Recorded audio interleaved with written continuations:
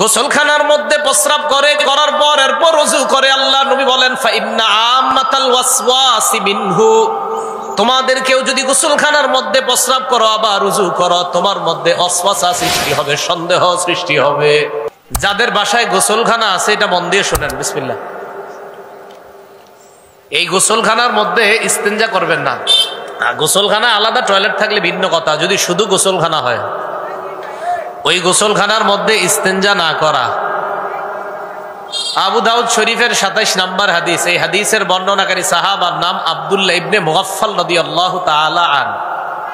عن عبد الله بن مغفل رضي الله تعالى عنه قال قال رسول الله صلى الله عليه وسلم لا يبولن أحدكم في مستحمه ثم يتوضأ فيه, তোমাদের কেউ যেন তার গোসলখানার মধ্যে প্রস্রাব না করে।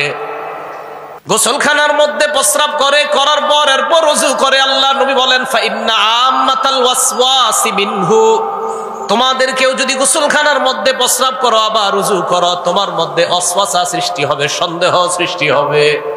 বারবার হুজুরে ফোন দিবা, হুজুর আমি যেই জায়গায় প্রস্রাব করেছি ওই জায়গায় আমি ওযু করলাম, আমার ওযু হয়েছে কি হয় নাই, এই টেনশনে পড়ে যাবেন আপনি। খালি হুজুরে ফোন দিবেন। নবীজি তো বলেই দিছে, তো এনে প্রস্রাব করলাগা, তুমি করার কারণেই তো তোমার ভিতরে ওয়াসওয়াসা সৃষ্টি হয়েছে। যদি না করতা হুজুরে আর টাকা খরচ করে ফোন দেওয়া দরকার ছিল না। সুন্নাহ মোতাবেক ইস্তেঞ্জার জায়গায় ইস্তেঞ্জা করতা, ওযুর জায়গায় ওযু করতা, তাহলে তোমার মাসালাও জিজ্ঞাসা করা লাগতো না, 1 টাকা 1 মিনিটে খরচ হইতো না।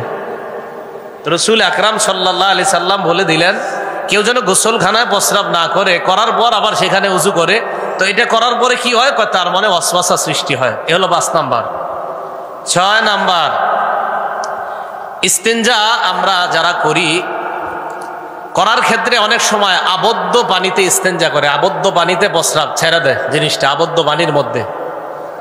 এই আবদ্ধ পানিতে ইস্তেঞ্জা করবেন না, এটা রাসূল সাল্লাল্লাহু আলাইহি সাল্লামের নিষেধ। আবার প্রবাহমান পানিতে ইস্তেঞ্জা করা নিষেধ, আল মুআজামুল আওসাতে আসছে। বাকি এটা আবদ্ধ পানিতে ইস্তেঞ্জা করা নিষেধ, মুসলিম শরীফের 281 নম্বর হাদিস, আমাদের মাদ্রাসার পাঠ্যপুস্তক অনুযায়ী।